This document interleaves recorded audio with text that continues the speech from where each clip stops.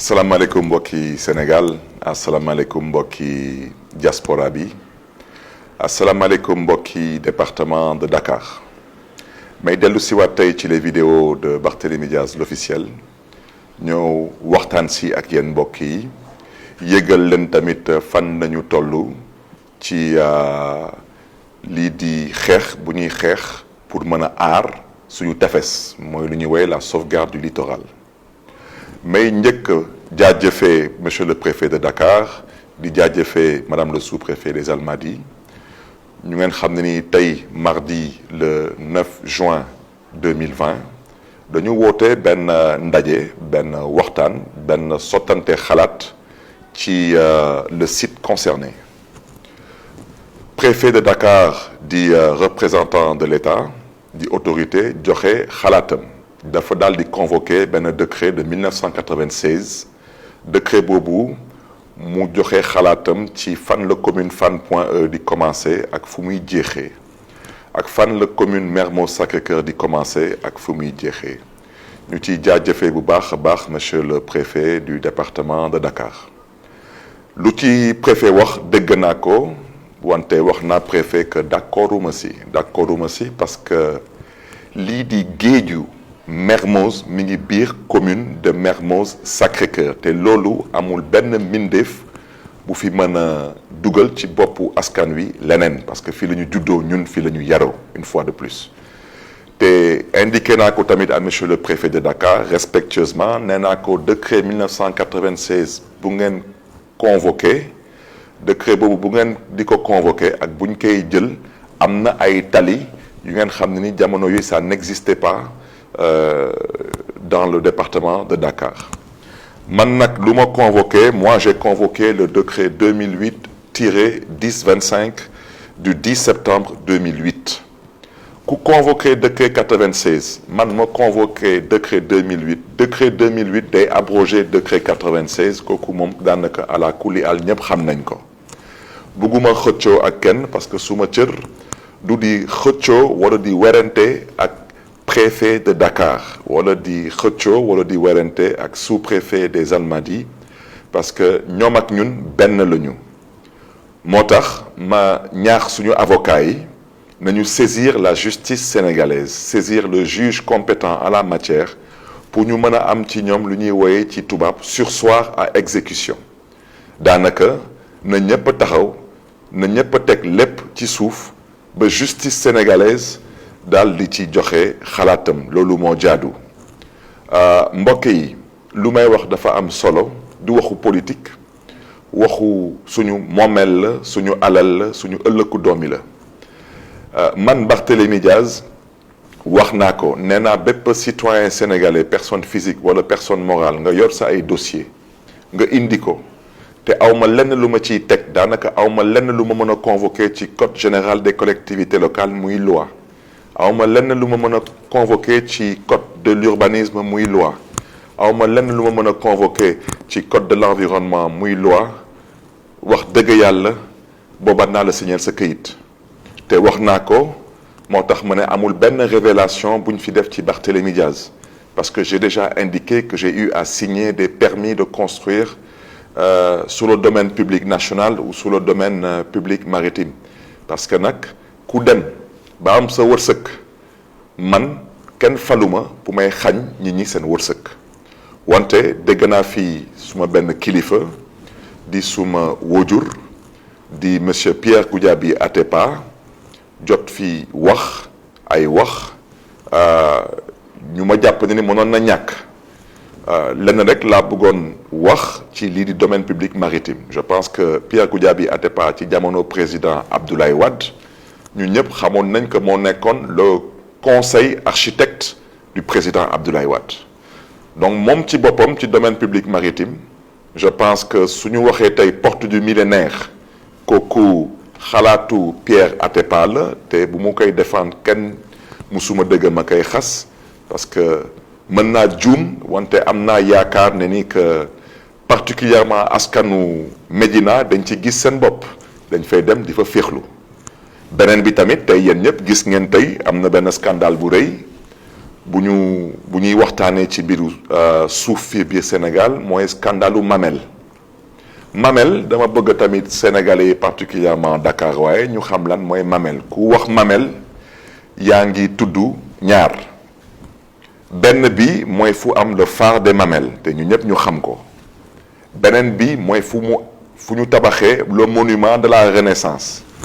kooku tamit monument de la Renaissance boobu jamono yooyu Pierre Goudiaby Atepa moo nekkoon conseil architecte du président Abdoulaye Wade askan wi ñaxtu nañu xeex nañu xuloo nañu tuur nañ seen deret ndax monument boobu ñu bañ ko fa tabax wante tey chacun peut apprécier à sa juste valeur utilité bu monument bi am ci le quotidien des Sénégalais am déet lu ma ci bëgg a wax mooy je pense que ñun ñëpp dañu nar a assumer suñu ay responsabilités waaw te bañ a dëkkaloo doomu gor fu mu dëkkul Pierre Goudiaby Atepa tamit maa ngi biiralaat wax ji parce que Serigne Djibi Diallo bu ñuy tudd noonu ne moom la ñu jébbal 5000 mètres carrés yooyu dinaa si delluwaat jamono bu ñu koy jébbal Djibi Diallo boobu Pierre Goudiaby Atepa moo nekkoon conseil architecte du président Abdoulaye Wade donc moom tamit ñu ngi koy laaj moom Pierre Atepa est-ce que moom yeggoon na ni que président Abdoulaye Wade ci jamonoom dañu instruire woon benn dossier de 5000 mètres carrés pour attribuer ko aux citoyens sénégalais Djibi Diallo ou pas question boobu dañ ko koy posé am na solo su ko xamee wala su ko xamee tamit na ko wax askanu Sénégal dama ne suma baat ci kaw man maire la lu ma nar a def dama koy jéem a teg ci yoon te wax naa ko fii biir commune de Mermoz Sacré-Cœur am na ay nit ñu fi indi ay këyit am titre foncier fii biir cité Kër Gorgui ma lank bañ leen signer seen permis de construire te borom restaurant bu ñuy woowee la Galette te nekk ville ñoom xam nañ fi may waxee ñëw nañ fii ak seen benn këyit ne ñoom moom benn terrain bu nekk cité Kër Gorgui indi seen këyit lépp mët mën na leen terrain boobu ba ko SICAP di aménager cité Kër Gorgui ci seen plan d'aménagement jardin public la naroon doon kon nag man mënuma signer permis de construire boobu parce que loolu mooy lu ñuy woowee détournement d'objectif te waa domaine ñu ngi may dégg bu ci tegu ci Sacré-Cœur 3 fu ñuy woowee montagne ak vallée am na fa benn bayal bu mag a mag macha allah am na benn société bu ñuy woowee Telium ñëw nañu indi seen ay këyit yi yépp tegu ci yoon ma lank bañ leen signer le permis de construire parce que ci plan d'aménagement à l'origine jardin public la woon kon SICAP mënu ko woon njaay loolu xanaa nopp mën na ko dégg te xel mën na ko nangu bu ci tegu mbokk yi mooy dama bëgg a wax ji leer parce que xeex bi moom bu ci kenn am xel ñaar ala kuliyaal xeex dina am waaw parce que ñuñ ko séqal dañu mëtul ay kilifa ngeen may ma dellu siwaat tuuti ci ginnaaw lu préfet de Dakar wax ci lu gàtt daal lu préfet de Dakar wax nee na terrain bu nekk ci corniche bi genn wàll terrain bi mi ngi ci commune Fann Point Amitié beneen genn wàll terrain bi mi ngi ci commune Mermoz Sacré-Cœur te préfet de Dakar da nga may dégg te sous-préfet Almadies may dégg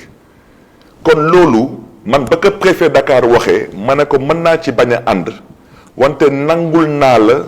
sañ-sañ bu la yoon may nangul naa la tamit taxawaay bu nga am fii tey ci biir département de Dakar wante man Barthélémy Dias lu may xeex te mënuma ci d'accord ñit bëgg a jël géeju ñépp ba ko akimo mu doon moomeelu boppam te loolu moo fa am mooy benn lu ma mënul d'accord mooy ñu jël benn waay bu ñuy woowee Djibi Diallo waaw te yàgg naa ko wax nee naa kooku fonctionnaire international la te dinaa si delluwaat ñu ne kooku dañ ko attribuer 5000 mètres carrés moom mu fay ci mètre carré bu nekk mu fay 2450 francs droit de timbre tey mètre carré bu nekk soo ko yóbboo banque ñu jox la ci 1 million ndax lan ndax dañu jël benn contrat de location muy lu ñuy woowee bàyyi ñit jël ko transformé ko mu nekk titre foncier te amul benn mise en valeur bu fa nekk loolu lay ñaawlu xanaa loolu nopp mën na ko dégg te xel mën na ko nangu lu ma wax dama ne Djibi Diallo boobu bañ koy jox 5000 mètres carrés tey ñu ne amatul 5000 mètres carrés 2325 mètres carrés la am dama ne 2700 et quelques mètres carrés yooyu dama ne kan na ko waaxu kan na ko dëpp loolu may wax ci te ñu may waxal xam nañ seen bopp moo tax ma ne ñu ko jël ñoom ñoo jël contrat de location boobu bu ñu doon wooyee bàyyi ñu transformé ko mu doon titre foncier ça s'appelle un détournement de deniers publics moo tax ma ne leen ala kulli al xeex dina am bu ma ciy teg te kooku dama ci insister dama ne il faut qu'on se comprenne dégg naa sànq ku ñuy wooyee monsieur Djibi Diallo sous-préfet de Dakar Plateau yëkkati ay kaddu tudd fa sama tur maa ngi koy ñaawlu bu baax a baax bu ci njëkk dinaa njëkk a jéggalu kii di le préfet de Dakar parce que bépp sous-préfet bu nekk biir Dakar moo la ilif te wax dëgg yàlla tey ci suba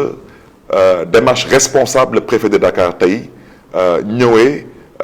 ci site boobu wante nag su ma baat ci kaw comme dëkk bi dafa am lu ñuy woowee VAR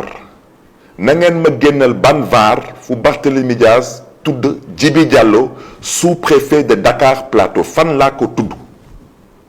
moom nag su demee tey ba di ma tudd je souhaiterais qu'il sache que je ne l'ai pas sonné c'est très important moom ci boppam balaa muy ñëw Dakar Plateau na wax askanu Ndakaaru jaar-jaaram Sangalkam na leen ko wax na wax askanu Ndakaaru jaar-jaaram fële ci Gossas góor bu ñuy wooyee Abdou Diong nekkoon représentant du khalife général des Mourides fële ci Gossas lan lañ fa jotee ak moom lan la jotee ak góor googu kon nag moom su jaaree tey moo xam Sangalkam jaar Gossas ñooñu wax lu ñaaw ci moom su ñëwee tey biir Ndakaaru ba di tudd Barthélémy Diaz dama bëgg mu xam ne ni man du ma nawleem du man ak moom parce que man musuma laal ci mbiru suuf te moom je reviens à ce que j'ai déjà dit je ne l'ai pas sonné je n'ai jamais cité monsieur Djibi Diallo sous-préfet des Almadies nulle part il ne m'intéresse pas ce qui m'intéresse je reviens à ce que j'ai dit c'est le pillage et le bradage du littoral cette association de malfaiteurs cette bande de voleurs et de pilleurs et vous connaissez très bien soi-disant fonctionnaires de l'État du Sénégal une bande de fonctionnaires véreux je vous dis que ça ne passera pas quant à ce site je reviendrai sur le site comme monsieur le sous-préfet de Dakar Plateau a décidé qu'on ne reviendra pas eh bien je reviendrai et cette fois-ci je reviendrai avec la jeunesse de Dakar il n'est pas question de vous laisser piller le littoral sénégalais il n'est pas question de vous laisser privatiser des plages publiques vous n'impressionnez personne vous n'intimiderez personne je suis au regret de vous dire que vous êtes une bande de vermine des moins que rien vous n'avez même pas honte de sucer le sang du peuple sénégalais honte à vous qui n'avez même pas honte de sucer le foncier du peuple sénégalais honte à vous pour de petites enveloppes honte à vous sans aucune diversion chers amis je reviens à ce que j'ai dit nous exigeons un surseoir à exécution sur le site jusqu'à ce que le droit soit dit je reviens à ce que le préfet de Dakar a dit et nous le respecterons le terrain est à cheval entre la commune de Fann Point E Amitié et de Mermoz Sacré-Cœur dans l'entendement du préfet de Dakar qui a convoqué un décret de 1996 que je conteste. Je n'ai pas dit que j'ai raison sous le préfet de Dakar, je dis que je le conteste avec un décret 2008-1025 du 10 septembre 2008 à la justice de dire le droit. Je terminerai par dire au peuple de Dakar et à la jeunesse de Dakar, levez-vous, mobilisez-vous. Il y a des choses qui sont inadmissibles dans une république qui se respecte. Inadmissibles. Mbokk yi maa ngi leen di jéggalu si les propos ont pu être assez durs, mais aujourd'hui, force est de dire et de reconnaître que trop c'est trop. Il y en a franchement marre de ce pillage à ciel ouvert. Nous devons nous mobiliser, nous devons revenir à la raison, nous devons faire preuve de responsabilité et nous devons faire preuve de tenue et de retenue. On ne peut pas accepter aujourd'hui qu'une petite brochette de privilégiés pense être mieux née que l'écrasante majorité des Sénégalais et veulent s'approprier toutes les richesses de ce pays avec la complicité, une fois de plus, et les magouilles de certains fonctionnaires véreux. Et si ces fonctionnaires ne sont pas contents, ils n'ont qu'à aller saisir la justice sénégalaise et on verra bien ce que leur mécontentement donnera comme résultat. Mbokk yi ñu ngi leen di gërëm di leen di sant jërë ngeen jëf.